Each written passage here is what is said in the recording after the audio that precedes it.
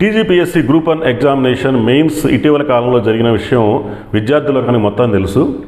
ఈ TGPSC examination group 1 మెయిన్స్లో అడిగినటువంటి ప్రశ్నలు సివిల్ సర్వీస్ స్థాయిలో అడిగినటువంటి ప్రశ్నలు రావటం జరిగింది. మా విద్యార్థులు తప్ప, మా దగ్గర జరిగినటువంటి విద్యార్థులు తప్ప వాళ్ళు చాలా సమస్యాత్మకంగా భావించడం జరిగింది. ఆ ప్రశ్నలు చూసి చాలామంది కూడాను డిప్రెషన్లోకి వెళ్ళడం జరిగింది. 1-2 పేపర్లు అటెంప్ట్ చేసిన తర్వాత చాలామంది యాబ్సెంట్ అవ్వటం కూడా జరిగింది. ఏంటి కారణం? ఎక్కడొచ్చింది ఈ వైఫల్యం? దీనికి మొదటి కారణం ఏంటంటే సరైనటువంటి కోచింగ్ లేకపోవటం, సరైనటువంటి శిక్షణ లేకపోవటం, సరైనటువంటి అనుభవం ఉన్నటువంటి అధ్యాపక బృందం దగ్గర కోచింగ్ తీసుకోకపోవటం.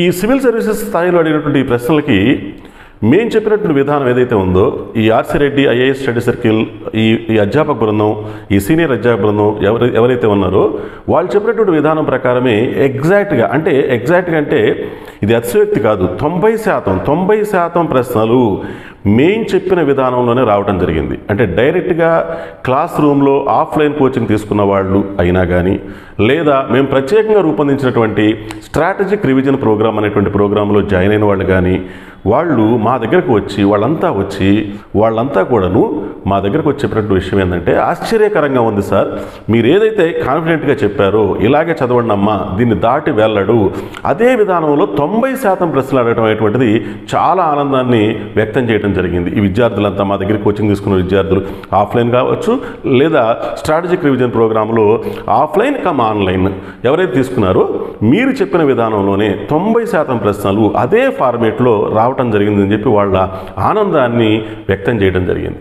ఇది సహజంగా ప్రతి ఎగ్జామినేషన్లో కూడా RC Reddy IAS study circle తనదైనటువంటి ముద్రని ప్రతి ఎగ్జామ్లో కూడా ఇదే విధానంలో నిలుపుతుంది. అది అందరికీ తెలిసిన విషయమే. అయితే విద్యార్థులంతా కూడాను ఒక రకమైనటువంటి ఆనందానికి లోనవటం జరిగింది.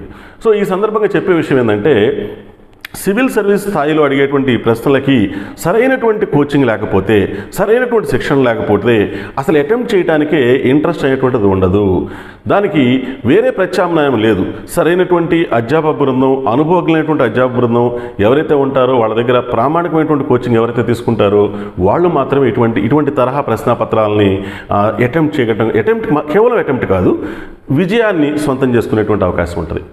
ఈ సందర్భంగా మేము చెప్పేటువంటి విషయం ఏంటంటే, గ్రూప్ 1 ఎగ్జామినేషన్, గ్రూప్ 1 నోటిఫికేషన్ త్వరలో రాబోతుందని చెప్పేసి వార్తలు వస్తూ ఉన్నాయి.